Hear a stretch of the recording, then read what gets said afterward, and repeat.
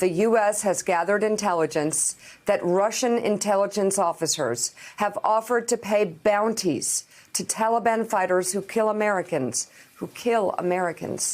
3 people briefed on the matter told NBC News.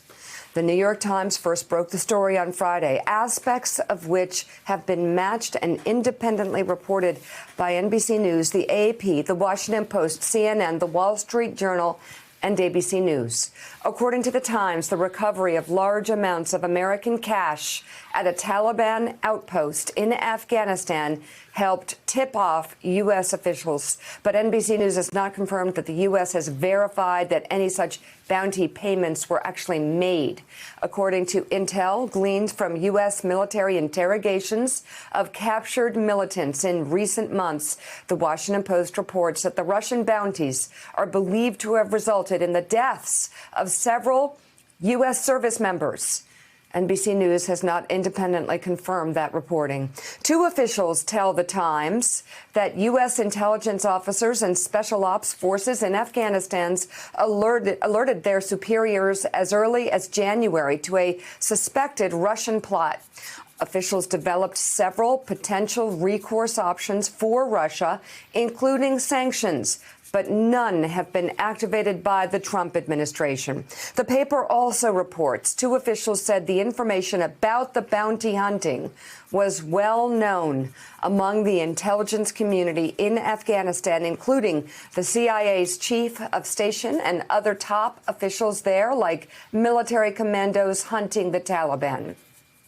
The information was distributed in intelligence reports and highlighted in some of them. The assessment was compiled and sent up the chain of command to senior military and intelligence officials, eventually landing at the highest levels of the White House. The paper also reports the administration shared information about the assessment with the British government, as Joe mentioned, whose forces were among those said to have been targeted. The Times also reports that President Trump was briefed on the findings, and the White House's National Security Council discussed the problem at an interagency meeting in late March. According to the Times, the reporting was described in the president's daily brief, a written summary of high-level national security matters. Problem there for the president is that it's written.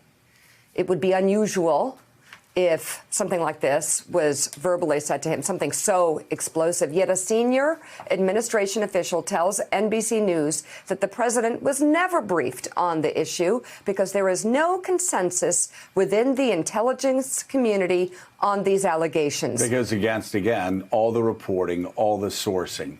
And the White House and Trump himself denied knowledge of the Russian plot, but didn't deny existence of the report. National Intelligence Director John Radcliffe also denied late Saturday that Trump had been briefed. Both Russia and the Taliban, of course, have denied that report. Let's bring in Washington correspondent for the New York Times, who first broke this story, Charlie Savage. Charlie, thanks so much for being with us. So the New York Times reporting this was well known among the CIA, in the intel community, caused so much concern that we notified our allies in Britain. And the New York Times also reporting this was in the president's daily briefing, and also that the president himself was briefed. Is that correct? Well, I mean, also it could be the same thing there. What we have at this point, and we're continuing to peel back the onion on this, is we have one official telling us that this was briefed at the highest levels of the White House, and we have another official telling us that it was in the written presidential daily brief document, the written briefing handed to Mr. Trump. Whether or not he read it maybe is another question, and we're still trying to figure out what they mean when they say he wasn't briefed, assuming there's some grain of truth to that, which is just an assumption we have to proceed with, but we have flagged it with a grain of salt.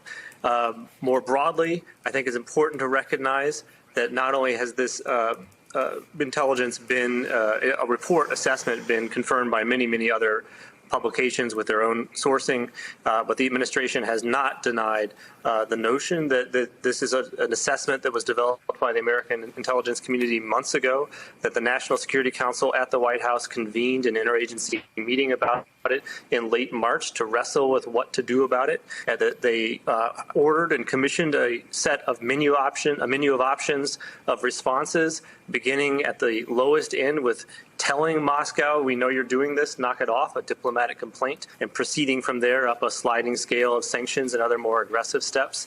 And they have not denied that the White House has not authorized any of those steps, not even the mere diplomatic complaint. And so they seem to have coalesced around a strategy of focusing on the notion that Trump was not briefed, whatever that seems to mean, and they're not providing granular detail about whether they don't count having it in the written materials put in his hands if he didn't read them or something. But then notably Trump himself yesterday seemed to be casting aspersions on the quality of the intelligence or the existence of it. He called it so-called, and then suggested it might be a hoax, like the Russia hoax in his telling, which is interesting because that goes beyond the communication strategy developed by the people around him.